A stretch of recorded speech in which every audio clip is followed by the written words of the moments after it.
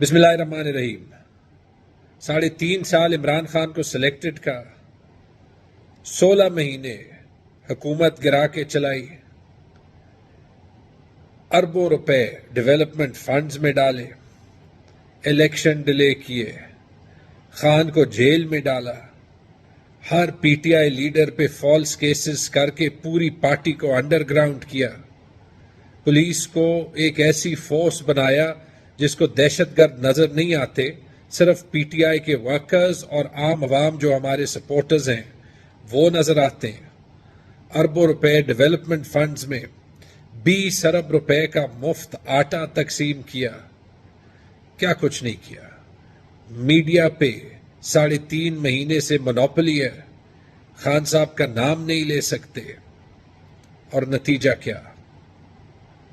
آج متھرا میں، پشاور کی سب سے رورل تحصیل میں، پی ٹی آئی نے ایک عام ورکر کے ساتھ عمران خان کے جیل میں ہوتے ہوئے 7,000 ووٹ سے ایک ایسے الیکشن جیت لیا جو صرف 1 سال پہلے پی ٹی آئی 13,000 ووٹ سے ہاری تھی اور اس کی 4تھی پوزیشن آئی تھی۔